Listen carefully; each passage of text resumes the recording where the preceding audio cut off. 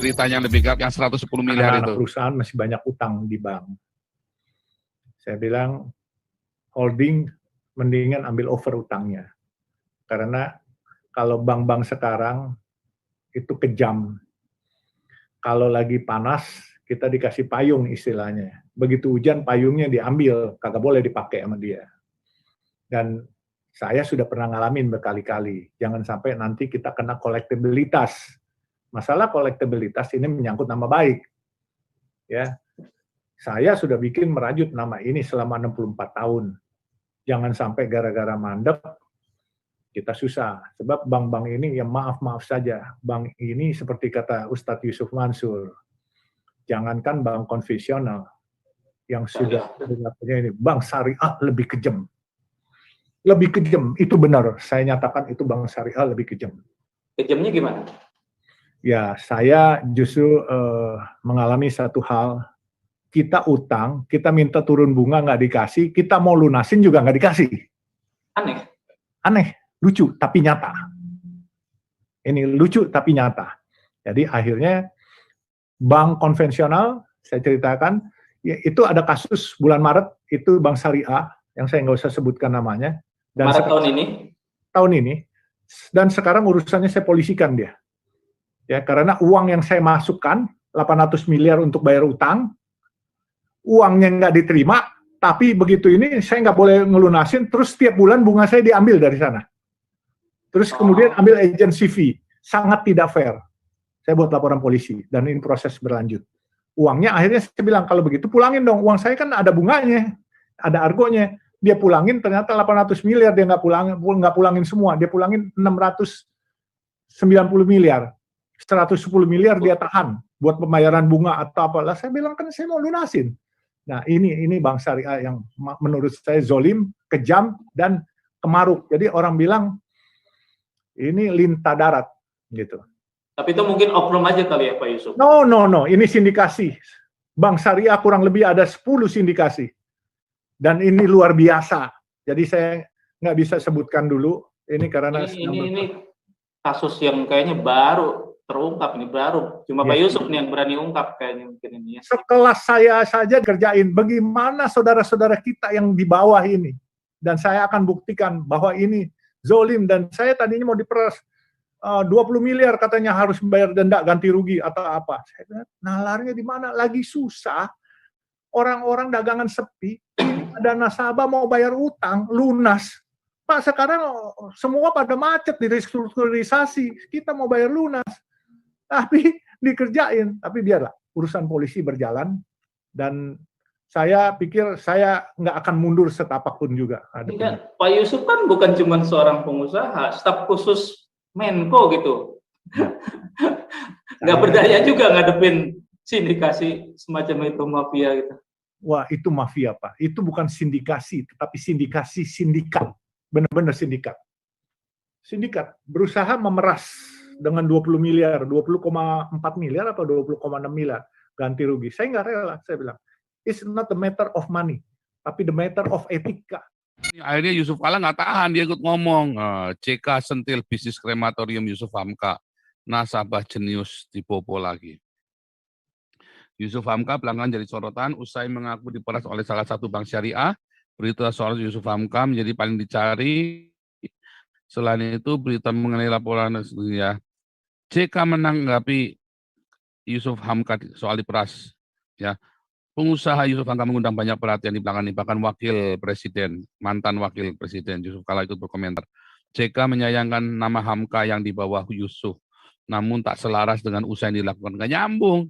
Diketahui Yusuf Hamka memiliki bisnis krematorium di Cilincing di tengah isu kartel krematorium jenazah COVID-19. Yusuf Hamka menjanjikan layanan kremasi gratis bagi keluarga tidak mampu. Ini menyangkut etika, agama, moral. Bagaimana orang yang selalu menyatakan anak angkat Buya Hamka, tetapi dia menyediakan krematorium untuk orang meninggal. Nah, lucu kan? JK heran melihat Yusuf Hamka membanggakan bisnis krematoriumnya. Saya sebagai umat prihatin sekali orang yang memakai nama Hamka di belakangnya, tapi urusannya krematorium, pembakaran mayat. Ini nyerangnya beda lagi. Dia urusannya apa, nyerangnya apa, ya kan? Terkait tudingan Yusuf Hamka diperas oleh salah satu bank syariah, JK menantang Yusuf Hamka buka-bukaan kontrak perjanjian, sehingga publik bisa tahu apakah benar yang dikatakan Yusuf Hamka dia diperas, atau sebenarnya itu sudah sesuai perjanjian. Kita tidak bisa bicara dulu, wah Pak. Berarti kalau 800 miliar itu ditahan 110 miliar, mau perjanjiannya apapun, wah itu sudah ngeri ya. Jadi sebenarnya kalau kita mau endingnya ya, bank syariah itu hanya bisa jalan kalau ada transaksi singkat, one call, one night. Jadi di mana ada bisnis beredar cepat, Iya. bank syariah baru bisa jalan. Telepon malam ini, besok pagi transaksi. Bagi hasilnya ditentukan, besok uang cash keluar. Iya. Tapi kalau di Aceh nggak mungkin bisa jalan, Pak. Karena bisnis sudah tidak berjalan normal lagi. Orang-orang yang punya uang semenjak tahun 2006, ya semenjak itu hukum syariah itu mulai berjalan 2004, 2005, 2006 sudah mulai on ya. 2007 orang-orang yang punya uang di Aceh pindah ke Jakarta, ke Medan, mereka buka bisnis macam-macam. Sehingga yang tersisa di Aceh itu orang-orang yang mayoritas ya, tetap ada yang banyak uang di sana, tapi simpannya di bank-bank konvensional yang ada di Medan dan lain-lainnya. Tapi paling dekat di Medan. Karena apa? Mereka pindah rumah ke Medan, ke Jakarta, dan seterusnya. Bank-bank konvensional semenjak 2019, satu persatu sudah diperintahkan keluar. Nah, yang sekarang mengerikan kan gini, asuransi syariah mengejar, dianggapnya di Aceh bisa, wah ini syariah nih. Nah, kemudian pada demam lah semua asuransi buat syariah masuk ke Aceh. Sampai sekarang nggak ada yang sukses, ambruk semua.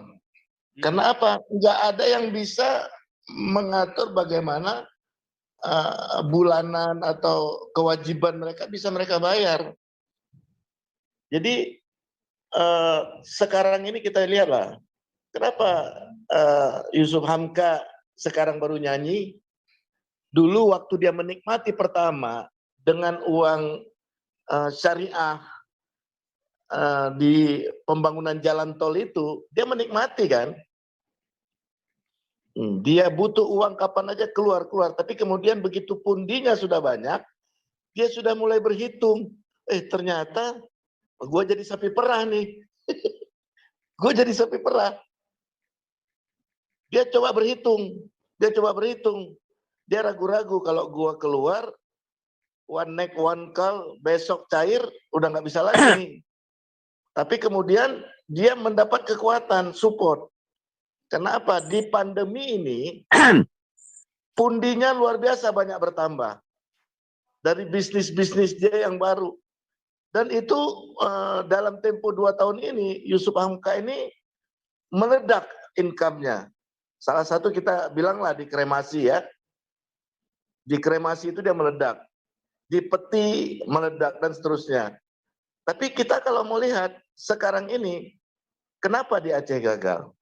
Kenapa daerah lain yang kemudian sudah bilang akan membuat syariah diperbankannya di sistem perda dan seterusnya, tidak ada yang berani. Begitu Aceh mencanangkan hukum syariah, apalagi mendepak bank-bank konvensional harus berubah secara otomatis dengan sistem syariah, ini mengagetkan. Kenapa mengagetkan? Makin terpuruk kan, makin terpuruk. Saya 2 bulan lalu di Zoom ini kan saya bilang, Aceh itu udah gawat ini. Menjadi provinsi termiskin di Sumatera, nomor 5 nasional. Nah, itu tadi teman kita ada satu mengungkap ulang. Menyampaikan ulang ya. Tapi itu real. Jadi daerah-daerah seperti Riau ya, seperti Sumatera Barat, terutama Kabupaten Agam, Bukit Tinggi itu di mana kelahiran istri saya orang Padang, berasal dari Bukit Tinggi. Sekarang istri saya gembala sidang di Surabaya di Kota Lama. Tapi kemudian mereka ragu loh, masa kita harus miskin seperti Aceh ini? Mereka takut pengusaha-pengusaha mereka yang menjadi menjadi pentolan untuk menghasilkan PAD dengan segala usaha dan pekerjaan mereka akan seperti di Aceh. Akhirnya apa? Sumatera Utara yang paling besar menikmati perputaran uang cash dan investasi orang Aceh. Jadi orang-orang Kabupaten Agam ini mulai gelisah. Akhirnya itu hanya wacana aja sampai hari ini. Tapi beberapa insuren melihat merasa orang Aceh banyak uang begini begitu ya. Mereka boom lah. Beberapa insuren buat syariah ke Aceh, ambruk mereka. Jadi kalau kita melihat kemudian ke Yusuf Hamka, dia harus fair dong. Dia dibesarkan oleh Bank Syariah. Tapi kenapa dia kemudian bisa melakukan ini? Karena pundinya sekarang lebih besar dari luar. Jadi dia tidak membutuhkan lagi cash money seperti saat dia membangun jalan tol di Bandung itu.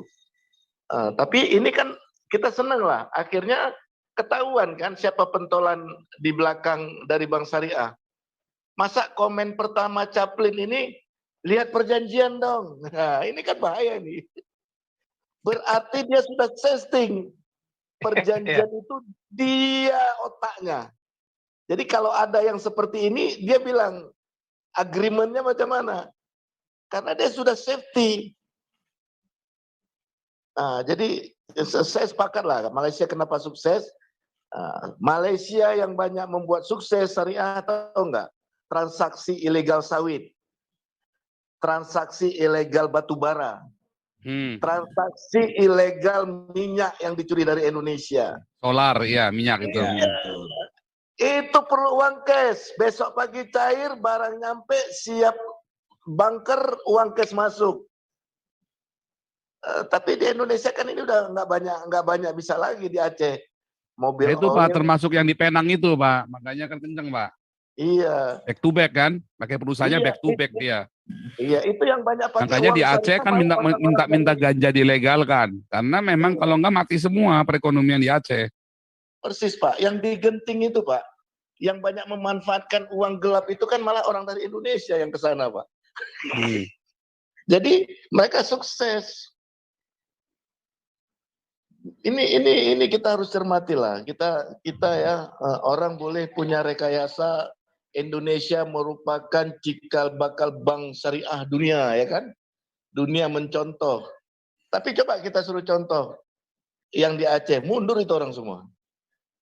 Karena yang dipromosikan transaksi-transaksi yang sehat menurut mereka, padahal itu kan uang panas, Bos. Nih gua cairkan lo, malam ini lo telepon, besok gua cairkan misalnya 100 miliar. Begitu lo dapat DP dari proyek itu, lo langsung bayar bunga dulu dah. Nah, kan itu pancingannya. Lo 100 miliar, bagi hasilnya sekian bagian untuk Bank Syariah, di depannya bagiannya dulu, pokok tinggal. Itu yang dialami oleh Yusuf Hamka, pokoknya tinggal. Akhirnya dia tahu, gue udah berapa banyak nih siram kewajiban bagi hasilnya. Wah, nggak demen nih gue tarik pangkalnya. Pangkalnya ditarik 110 tinggal.